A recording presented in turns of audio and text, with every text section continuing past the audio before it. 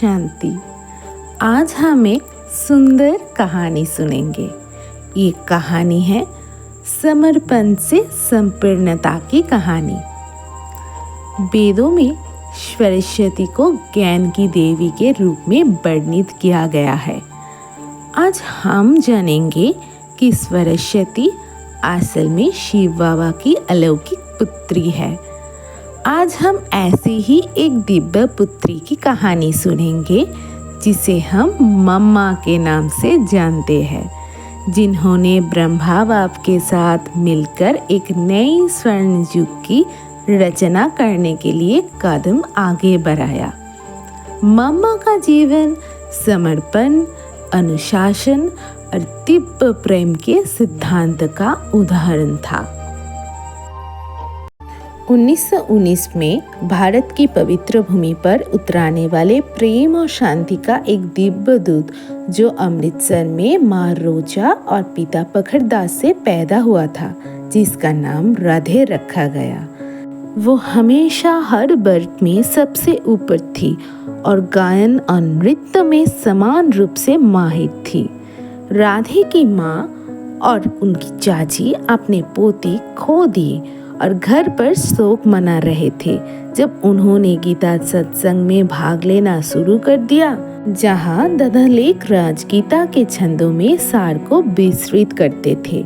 अपनी माँ और मौसी के जीवन में परिवर्तन के एक चमत्कार को देखने पर राधे ने उनके साथ गीता सत्संग में जाना शुरू कर दिया।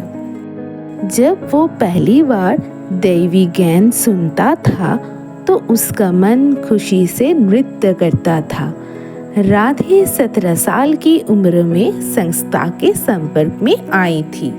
उसके पूर्ण समर्पण ने उसके अंदर पूर्ण परिवर्तन ला दिया। वो सभाओं में ओम का जप करने में माहिर थी, क्योंकि वो एक निपुण गायिका भी थी। मम्मा सितार बहुत अच्छी बजाती थी।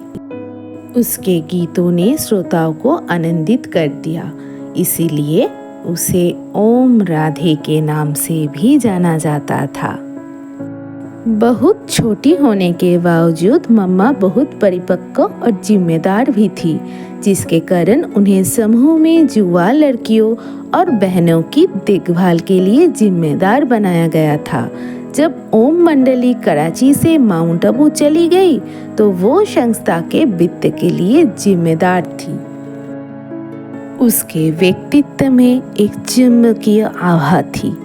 उन्हें प्यार से मम्मा, आध्यात्मिक माँ के नाम से जाना जाता था, क्योंकि वो निराकार पिता शिव से प्राप्त आध्यात्मिक ज्ञान को सबसे सरल, प्रभावशाली तरीके से मंथन आत्मसात करती थी और इस तरह अपने संपर्क में आने वाले सभी लोगों का पालन पोषण करती थी। उन्हें ईश्वर पर आध्यात्मिक विश्वास और प्रेम था।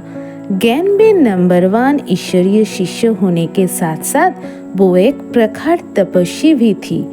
वो अमृत वेला के लिए सुबह 2 बजे उठती थी। मम्मा की बुद्धि बहुत तेज थी। वो अपने आदर्श वाक्य जैसे प्रत्येक क्षण अंतिम क्षण है, इसी के अनुसार जीती थी। उसी समय मम्मा को देखकर ही कई लोगों ने अपने 5 पापों को त्यागने और उनके समान पवित्र और महान बनने का निर्णय लिया। मम्मा ने वास्तव में सभी 9 शक्तियों को स्वाभाविक रूप से ग्रहण किया था, जिसका उपयोग उन्होंने आत्मा की बेहतरी के लिए किया, जैसे सरस्वती ज्ञान की देवी, जगदम्बा पूर्ति की देवी, दुर्गा शक्ति की देवी, काली निर्भयता की देवी, गायत्री सभी बुरे शकुनों को दूर करने का देवी, वैष्णवी पवित्रता की देवी, उमा उत्साह की देवी, संतोषी संदेश की देवी, लक्ष्मी धन की देवी। ये सभी शक्तियों का और गुणों का आधार थी वो। ज्ञान यज्ञ में मामा की भूमिका शुरू से ही विशेष थी और ये भूमिका 1950 के बाद जब समूह माउंट आबू में बस गया और पूरे भारत में सेवा करने लगा, मामा सेवा में शामिल हो गई और कई नए केंद्र खुलने लगे। प्याज, लहसुन, मांस, मछली, अंडा, शराब, सिगरेट, तंबाकू आदि से दूर रहने की बात कहकर वो मधुरतापूर्वक ज्ञान बढ़ती थी तो सभी मोहित हो जाते। इस पर सिंध में काफी हंगामा हुआ, जहाँ तक कि लोगों ने उनके खिलाफ धरना भी दिया, लेकिन उन्होंने बच्चों को इतना अनुशासन सिखाया था कि वो धरना देने वालों को अपने पक्ष में करने में सफल हो गए। कुछ विरोधियों ने उन पर राज दरबार में मुकदमा भी चलाया, लेकिन मामा ने निस्वार्थ भाव से उनका सामना किया।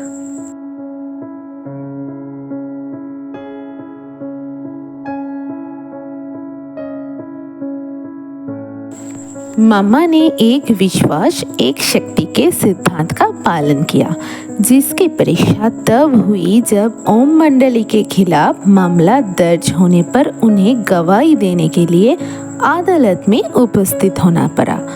मामा ने अपनी गवाही इतनी शक्ति और दृढ़ विश्वास के साथ दी कि जज भी चुप हो गए।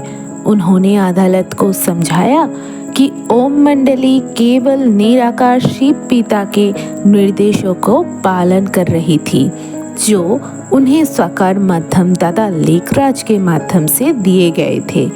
उन्होंने कहा कि अपने जीवन के चुनाव करना प्रत्येक व्यक्ति का मौलिक अधिकार है और किसी भी व्यक्ति को उसकी स्वतंत्र इच्छा के विरुद्ध कार्य करने के लिए मजबूर नहीं किया जा सकता।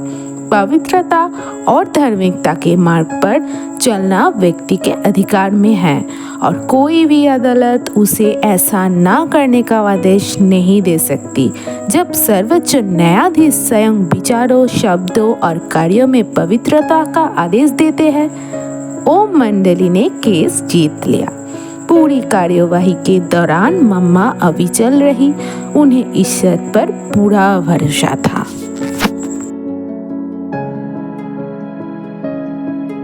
बाद में मम्मा दादी प्रकाश मणि और दादी रतन मोहिनी और अन्ना के साथ नए खुले बच्चों के बोर्डिंग स्कूल ओम निवास में शिक्षक के रूप में शामिल हो गई। मम्मा बच्चों को सांसारिक विषय के साथ साथ ध्यान भी सिखाती थी। मम्मा और ब्रह्मा बाबा दोनों ने बच्चों को पालने की अपनी भूमिका शुरू की। एक बार एक सभा में उन्हें मंच से पेश किया जाने वाला था, लेकिन जैसे ही संचालक ने उनकी तरफ देखा, वो दिव्य उपस्थिति से इतना प्रभावित हुआ कि जिसे उसने अपने सामने देखा वो बीच में ही रुक गया, स्तब्ध रह गया। मम्मा मंच के बीच में चली गई और चमकती हुई खामोशी में खड़ी हो गई। उन्होंने दर्शकों की ओर देखा, जिसने आत्माओं के दिलों को इतना छू लिया कि उनमें से कई खुशी के आंसू भर आए। वास्तव में उनके ध्यान की गहरी अवस्था उन्हें सिर्फ एक चमकती हुई नजर से ईश्वर के साथ होने के आनंद का तुरंत अनुभव करा रही थी। दर्शक शांत और मंत्रमुग्ध थे। बाद में उन्होंने अपने प्रवचन से श्रोताओं को मंत्रमुग्ध कर दिया। मम्मा का व्यक्तित्व बहुत शक्तिशाली था ना। मम्मा आपको देखती और एक शब्द नहीं कहती, आप से समझेंगे। ऐसा आध्यात्मिक मंच हासिल किया था वो हमारी मम्मा।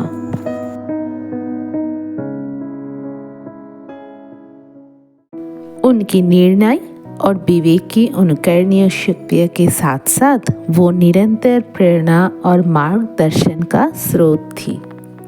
उनसे मिलने वाले सभी लोग आश्चर्यचकित रह जाते। मम्मा जैसी कोई दूसरी उन्हें पहले कभी नहीं मिली थी।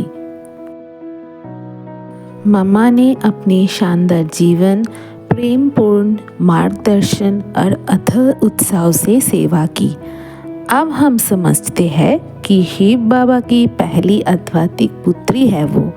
कोई भी व्यक्ति उन्हें देखता, चाहे वो पापी हो, हत्यारा हो या भक्त, वो सभी उन्हें माँ जगदम्बा कहकर ही संबोधित करते थे।